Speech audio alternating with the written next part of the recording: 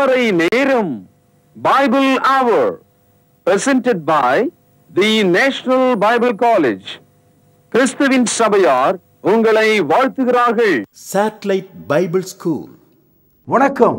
தேசிய வேதாகம கல்லூரி மாணவ கண்மணிகளே, தோழர்களே, அருமை பெற்றோரே, உலகளாவிய என் தமிழ் சொந்தங்களே, மீண்டுமாக இந்த வான்வழி வகுப்புகளுக்கு உங்களை வரவேற்கிறதுல மிகுந்த மகிழ்ச்சி அடைகிறேன். நம்முடைய நிகழ்ச்சி ஏதோ கேட்டோம் மறந்தோம் என்று இல்லாமல் நம்மையும் நம்முடைய வாழ்க்கையை பற்றியதாக இருக்கிறது. இந்த நிகழ்ச்சி சத்தியமும் வேத வசனத்தின்படியாக இருக்கிறது. மார்க்கம் வேற மதம் வேற அப்படின்றத பிரித்து காண்பிக்கக்கூடியதாக இருக்கிறது. நம்முடைய நிகழ்ச்சிகளை நீங்கள் வான்வழியாக படிக்கும்போது, அதாவது இந்த ஆன்லைன் வகுப்பில் படிக்கும்போது அவைகளெல்லாம் எழுதி பதிவு செய்து கொள்ள வேண்டும். அதை குறித்து நீங்கள் விவாதிக்க வேண்டும். உங்கள் போதகர் இடத்துல இதை குறித்து பேச வேண்டும். உங்கள் நண்பர் குழுவை அமைத்து அவர்கள் மத்தியில் இதை குறித்து சிந்திக்க வேண்டும். இன்றைக்கு சபை சரித்திரம் என்ற தலைப்பில் தேவனுடைய ராஜ்யம், நேற்றைய பாடத்தில் நான் உங்களுக்கு சொன்னேன், ராஜா, தேசம், குடிமக்கள், சட்டம், இந்த 4 இல்லாமல் ஒரு ராஜ்யம் அமையாது. A king, a nation, a people, a law, இது இல்லாமல் ஒரு கிங்டம் அமையாது. இன்றைக்கு எ பீப்புள், அதாவது அந்த தேசத்தின் குடிமக்கள். சகோதரர்களே, கிரேக்க நாட்டில் ஒரு கதை.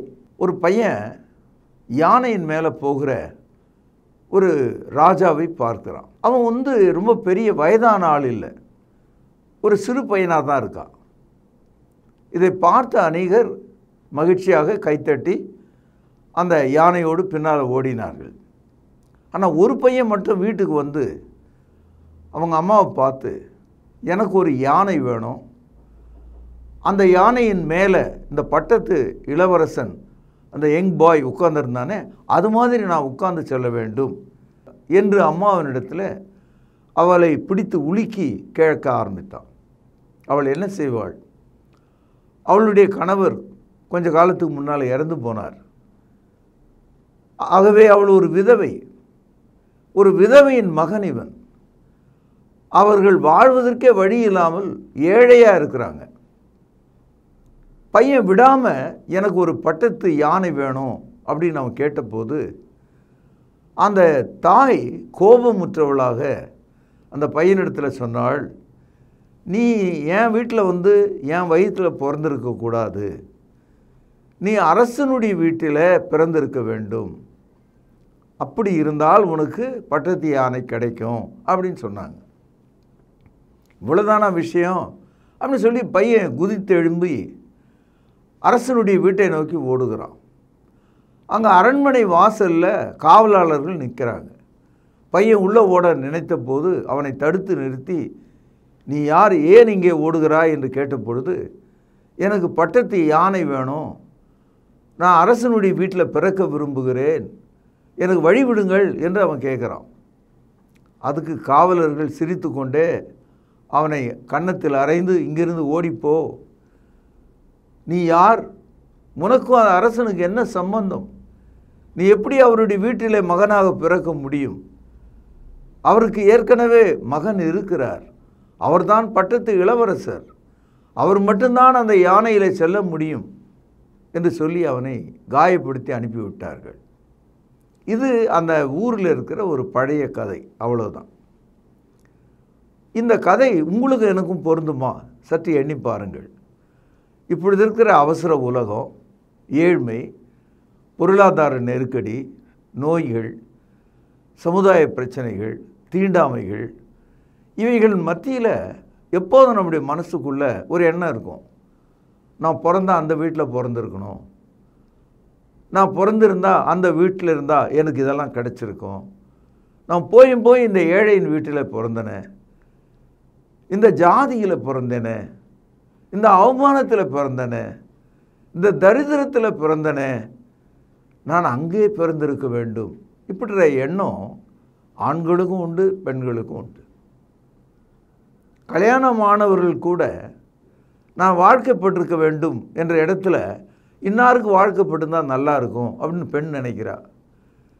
இன்னாள் எனக்கு மனைவியாக வந்திருந்தால் நல்லா இருக்கும் அப்படின்னு கணவர் நினைக்கிறார். மனிதர்கள் எண்ணி பார்ப்பதற்கு அவர்களுக்கு உரிமை இருக்கிறது. ஆனால் நீங்கள் அந்த உரிமையை பெறுவதற்கு முடியுமானா அது முடியாது. ஒரு சின்ன கற்பனையாக இது உங்களுக்கு தோன்றினாலும் நிஜமாக ஒரு கருத்தை நான் உங்களுக்கு சொல்கிறேன். தேவனுடைய ராஜ்யத்தில் தேவனுடைய பிள்ளைகளாக நீங்கள் பிறக்க முடியும். ஒரு கால் பட்டத்து யானை உங்களுக்கு இல்லாமல் போகலாம். நீங்கள் அந்த தெருவில் உலா வராமல் போகலாம். உலகத்தில் உள்ள பொருள் எல்லாம் உங்களுக்கு இல்லாமல் போகலாம். நீங்கள் விரும்பினவைகள் அழகு அவைகள் கிடைக்காமல் போகலாம். ஆனால் நீங்கள் தேவனுடைய பிள்ளைகளாக இருக்க முடியும். அது தெரியுமா உங்களுக்கு? சகோதரர்களே, மக்கள் ஒரு அதிகாரத்தை பெற விரும்புகிறாங்க. அந்த அதிகாரத்தை எல்லாராலையும் பெறவும் முடியாது, கொடுக்கவும் முடியாது. ஒரே ஒரு வழி இருக்கிறது. நீங்கள் அரசனுடைய வீட்டில் போய் பிறக்கணும்னு அவசியம் கிடையாது. நீங்கள் பணக்காரன் வீட்டில் போய் பிறக்கணும்னு அவசியம் கிடையாது. நீங்கள் மறுபடியும் பிறந்தால், if you are born again, you can have all the rights. சொன்னது புரியுதா உங்களுக்கு? இதை தான் கிறிஸ்தவம் நமக்கு போதிக்கிறது. 2 கொரிந்தியர் 5ஆம் அதிகாரம் 17வது வசனத்தில் இப்படி படிக்கிறோம். ஒருவன் கிறிஸ்துவுக்குள் இருந்தால் அவன் புது சிருஷ்டியாக இருக்கிறான். பழையவைகள் எல்லாம் ஒழிந்து போயிற்று, எல்லாம் புதிதாயிற்று. If anyone in Christ is a new born or a new creature, all the old things are passed away. How you become a new creature? By being born again. நீங்கள் மறுபடியும் பிறக்கிறதன் மூலமாக நீங்கள் அந்த ராஜ்யத்தில் மக்களாக அதிகாரத்தை பெற்றுக்கொள்ள முடியும். உங்கள் பாவத்திலிருந்து நீங்கள் மனம் திரும்பி இயேசு கிறிஸ்துவுக்குள்ளே விசுவாசம் உள்ளவர்களாய் மறுபடியும் பிறக்கும்போது உங்களுக்கு ராஜ்யமும் ராஜாவும் ராஜா வீட்டு அதிகாரமும் உங்களுக்கு உண்டாகும். சகோதரர்களே, அதனால்தான் இயேசு கிறிஸ்து யோவான் 3:5 சொல்கிறார், ஒருவன் ஜலத்தினாலும் ஆவினாலும் பிறவாவிட்டால் தேவனுடைய ராஜ்யத்தை காண மாட்டான், அதில் பிரவேசிக்கவும் மாட்டான் என்று சொன்னார்.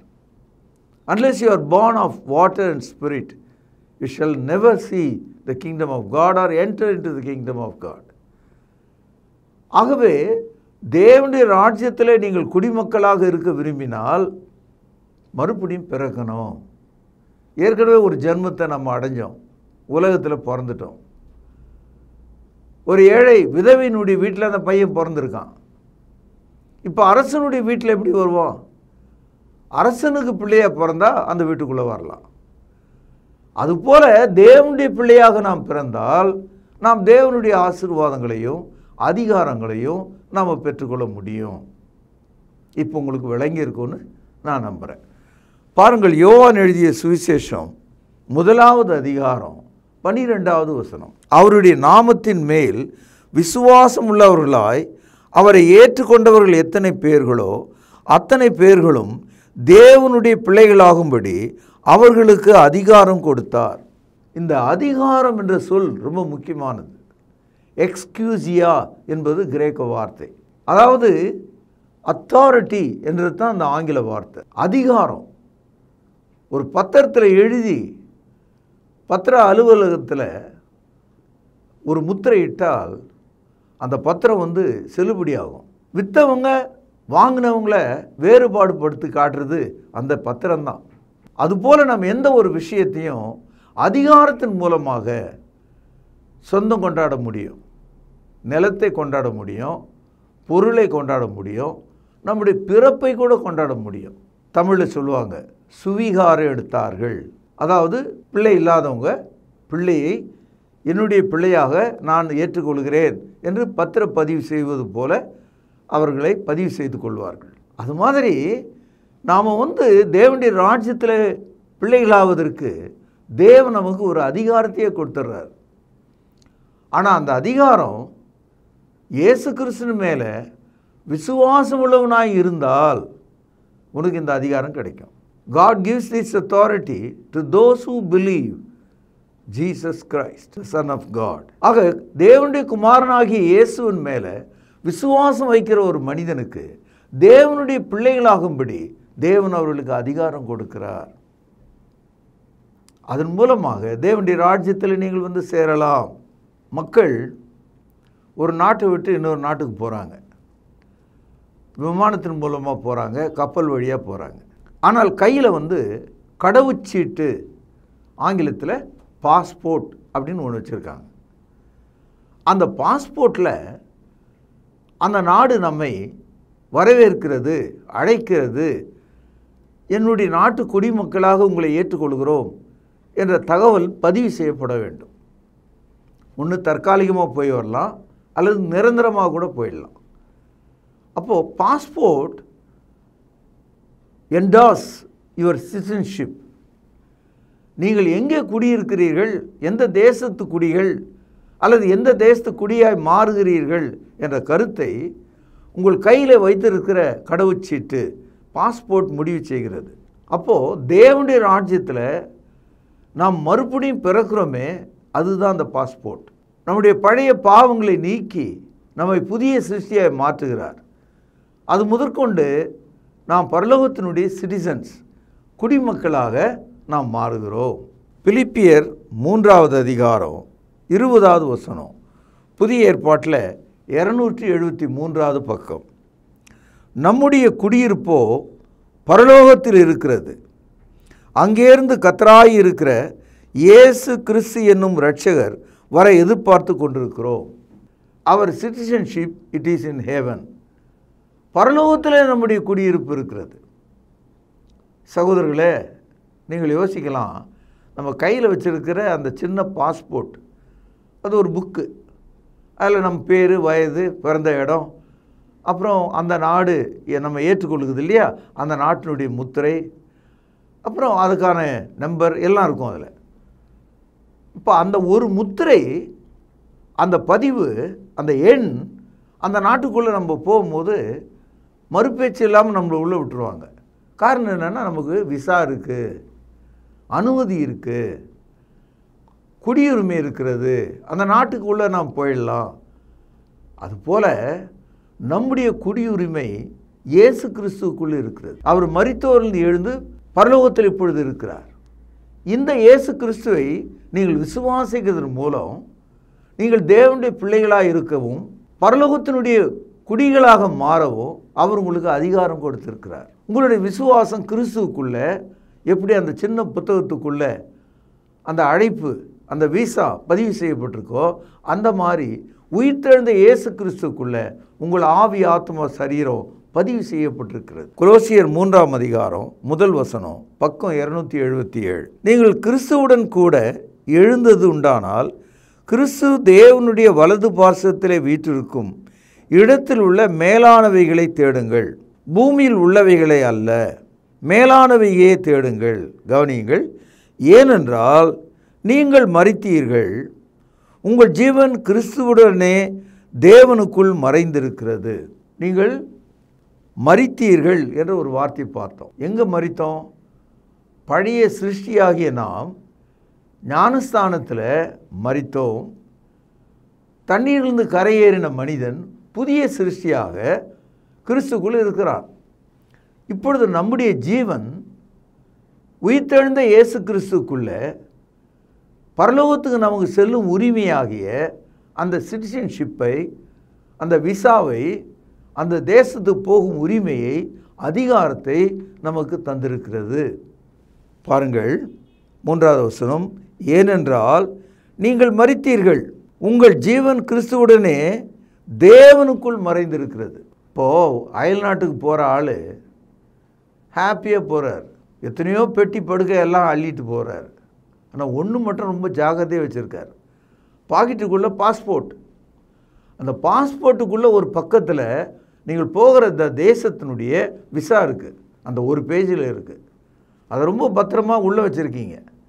அது மாதிரி பூமியில் இருக்கிற கிறிஸ்தவர்கள் பரலோகத்தில் நுழைவதற்கான அதிகாரமுடையவர்களாக இருக்கிறாங்க. நாம் புதிய சிருஷ்டிகளாக இருக்கிறோம். நம்முடைய பெயர்கள் கிறிஸ்துவுக்குள்ளே பதிவு செய்யப்பட்டிருக்கிறது. நம்முடைய உயிர் அங்கே மறைந்திருக்கிறது. நாம் அந்த குடிகளாக இருக்கிறோம் என்ற அந்த தகவல் கிறிஸ்துவுக்குள் இருக்கிறது. பரலோகத்துக்கு போகிற ஒரு மனிதனை தேவன் பார்த்துட்டு இயேசுவை பார்ப்பார்.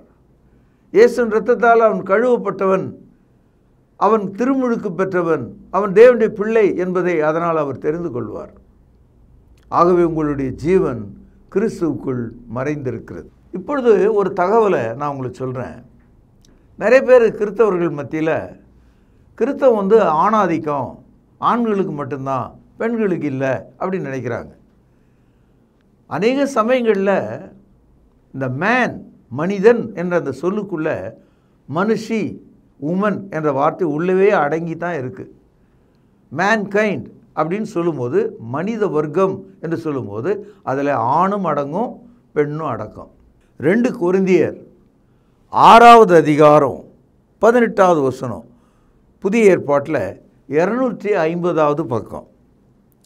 அப்பொழுது நான் உங்களை ஏற்றுக்கொண்டு உங்களுக்கு பிதாவாயிருப்பேன், கவனியுங்கள்.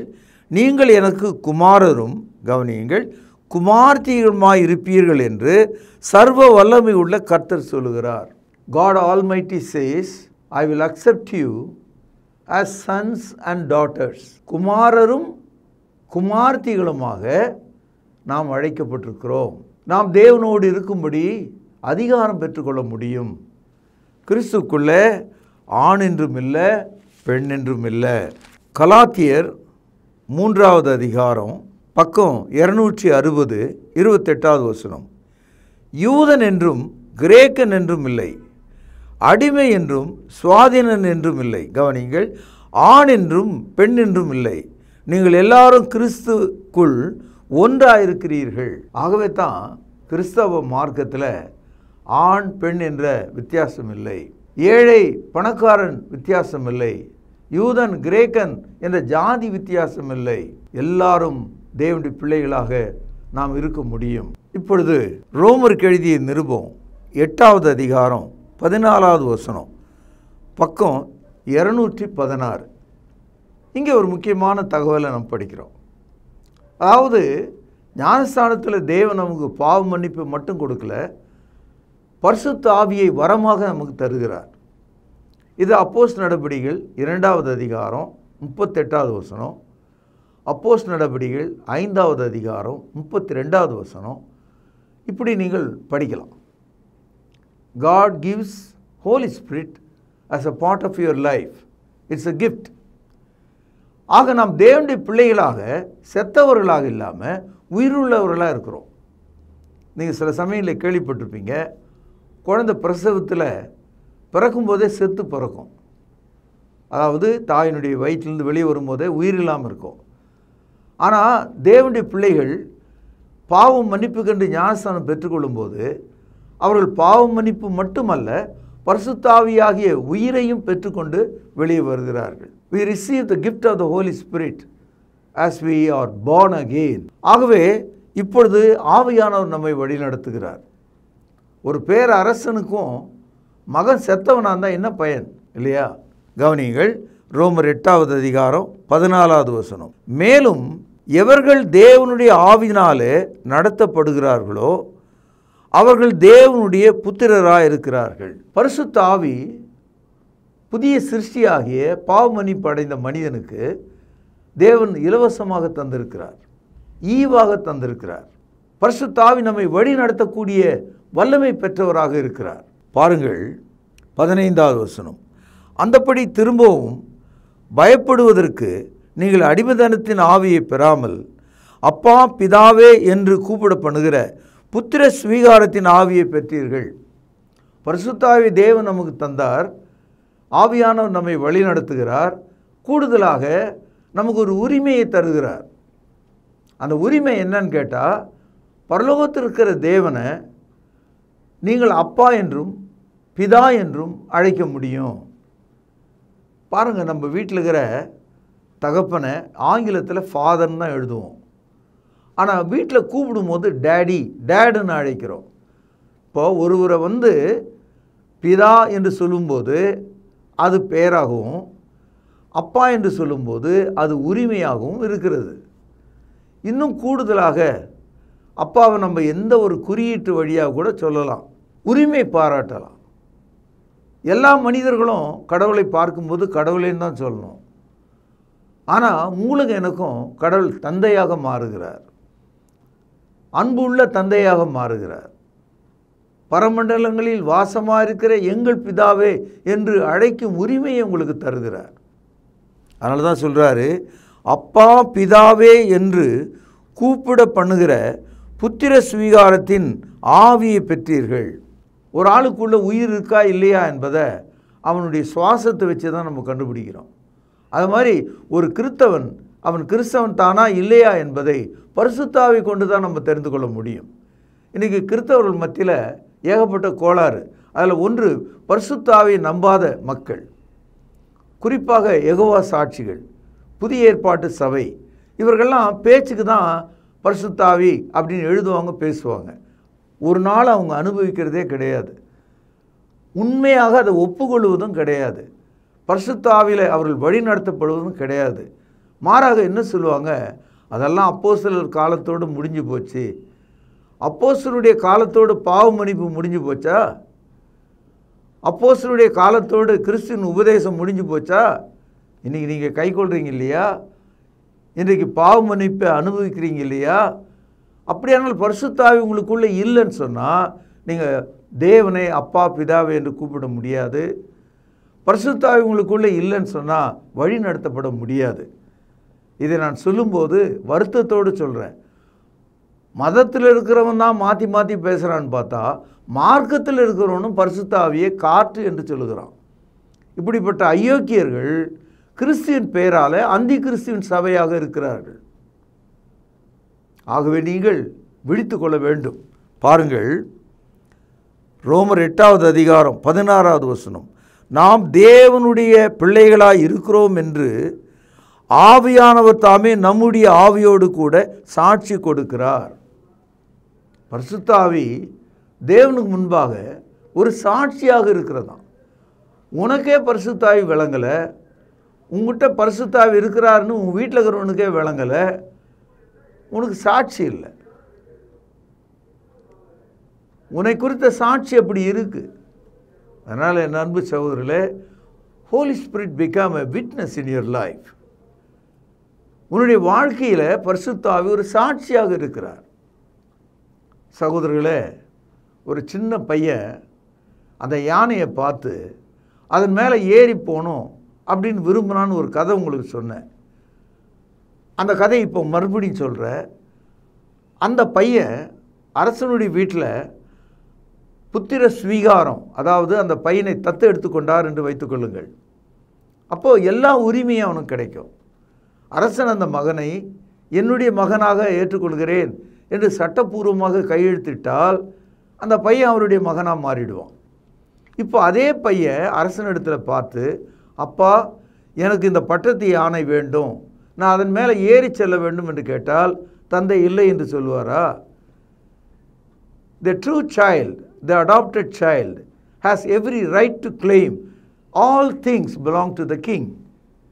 அந்த ராஜாவினுடைய எல்லாவற்றையும் கேட்பதற்கு உரிமை உள்ளதாக இருக்கிறார்.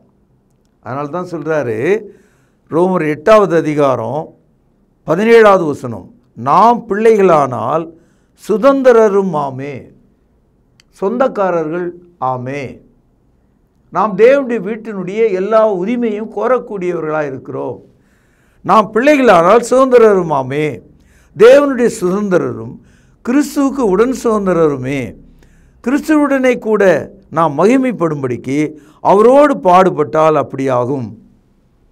நீங்கள் இந்த காலத்தில் கிறிஸ்துவுக்கு என்று வாழும்போது, தியாக வாழ்க்கை செய்யும்போது பரலோகத்துக்குரிய சகல ஆசீர்வாதங்களும் உங்களுக்கு உண்டாகும், எல்லா நன்மைகளும் உங்களுக்கு உண்டாகும், உங்கள் ஜெபங்கள் கேட்கப்படும், நீங்கள் வெற்றியுள்ள வாழ்க்கை செய்வீர்கள், நீங்கள் தேவனுடைய பிள்ளைகளாக இருப்பீர்கள், பரிசுத்த ஆவி உங்களுக்குள்ளே சாட்சியாக இருப்பார்.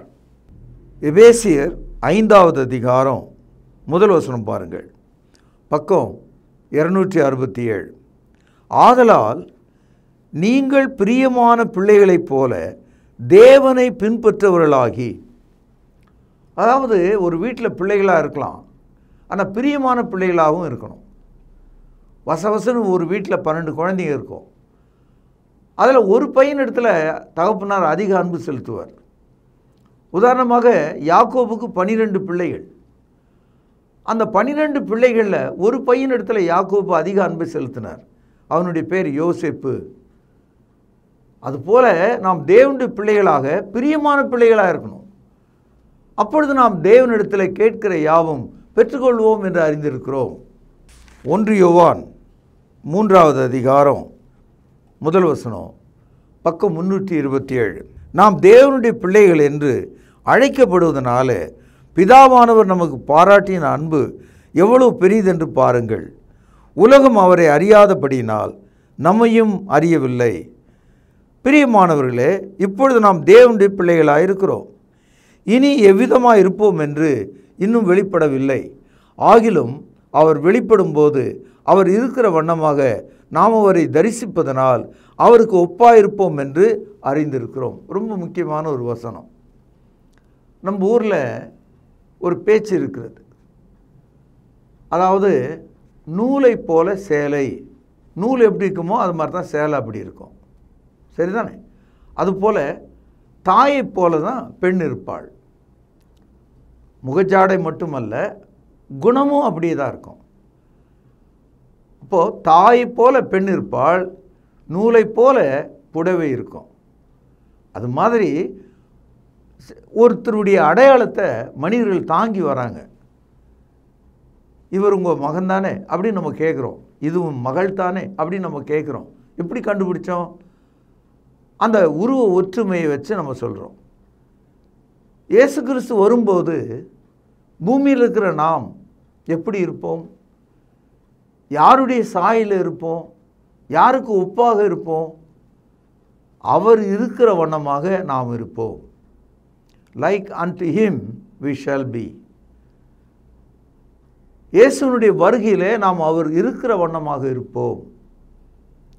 சகோதரே, இந்த பூத உடல், இந்த அழுக்கான இந்த உடல் ஆதாமை போல இருக்கிறது. கிறிஸ்துக்குள்ளே நாம் வரும்போது கிறிஸ்துவை போல நாம் மாறுகிறோம். ஆதாமினுடைய குணமும் ஆதாமினுடைய ஜாடையும் உங்களுக்கு எனக்கு இருக்குது. இது மனித உடல். நாம் தேவனுடைய உடலுக்குள்ளே வரும்போது கிறிஸ்துவை போல நாம் இருப்போம். ரோமருக்கு எழுதிய நிருபம் 8வது அதிகாரம் 29வது வசனம், தம்முடைய குமாரன் அநேக சகோதரர்களுக்குள்ளே முதற் பேரானவராய் இருக்கும் பொருட்டு தேவன் எவர்களை முன்னறிந்தாரோ அவர்களை கவனியுங்கள், தமது குமாரனுடைய சாயலுக்கு ஒப்பாயிருப்பதற்கு முன் குறித்திருக்கிறார். We have been predestined in the very nature, in the image of his son Jesus Christ. நாம் தேவனுடைய குமாரனுடைய சாயலுக்கு ஒப்பாயிருக்கும்படி முன்குறிக்கப்பட்டிருக்கிறோம். சகோதரர்களே, இந்த நாளில் நம்ம 8 காரியங்களை பார்த்தோம். 1, நம்முடைய குடியுரிமை. 2, நாம் மறுபடியும் பிறக்க வேண்டும். 3, நமக்கு தேவன் அதிகாரம் தருகிறார். 4, நாம் குமாரரும் குமார்த்திகளாக இருப்போம். 5, பரிசுத்த ஆவினால் நம்மை வழி நடத்துகிறார். 6, நாம் அவருடைய குமாரனுடைய சாயலுக்கு மாற்றப்படுகிறோம். 7, தேவனுக்கு நாம் பிரியமாக இருக்கிறோம். 8, அவருடைய குமாரனுடைய வருகையில் அவருக்கு ஒப்பாக நாம் இருப்போம். இந்த 8 காரியங்களை தேவனுடைய ராஜ்யத்தில் அவருடைய பிள்ளைகளுக்கு தேவன் வழங்குகிறார். இதுதான் நம்முடைய குடியுரிமை. நாளை இதனுடைய தொடர்ச்சியை நம்ம கவனிப்போம். பிரார்த்தனை செய்வோம். பரிசுத்த நிறைந்த அன்பான தகப்பனே, நாங்கள் உமது பிள்ளைகளானால் உமது வீட்டின் அதிகாரத்தை உடைய மக்களாக, உமது குமாரனுடைய சாயலுக்கு ஒப்பாக, அந்த வீட்டின் சுதந்திரராக, ஆவினால் நல்ல சாட்சி உடையவர்களாக ஆண்டவரை இருப்போம் என்று அறிந்து அறிக்கை எடுக்கிறோம். இப்படிப்பட்ட பேரழைப்புக்காக உம்மை துதிக்கிறோம், தோத்தரிக்கிறோம். கேட்ட யாவரும் நன்றாக விளங்கிக் கொள்ள உதவி செய்திரலும். ஆண்டவர் இயேசுவின் நாமத்தில் ஜெபத்தை கேட்டவர்களும் ஜீவனுள்ள எங்கள் நல்ல பிதாவே, ஆமென். அன்பானவர்களே, புதிய ஏற்பாட்டு தொழுகைக்கு திரும்புங்கள். இடம் YMCA வளாகம், ஹைகோர்ட் எதிரில், பிரதி ஞாயிறு காலை 11 மணி அளவில் அன்புடன் அழைக்கிறோம். Come and worship with us every Sunday at 11 a.m. YMCA Hall, opposite High Court, Parish Corner. கர்த்தாவே, தேவர்களில் உமக்கு பானவர் யார்? வானத்திலும் பூமியிலும் உமக்கு பானவர் யார்? உமக்கு பானவர் யார்? உமக்கு பானவர் யார்? வானத்திலும் பூமியிலும் உமக்கு பானவர் யார்? வானத்திலும் பூமியிலும் உமக்கு பானவர் யார்? தொடர்பு கொள்ள வேண்டிய முகவரி: திருமறை நேரம், 58 சர்ச் தெரு, குமரன் நகர், சென்னை 6,82,000. தொலைபேசி எண் 044255008882. செல்போன் 9385500882.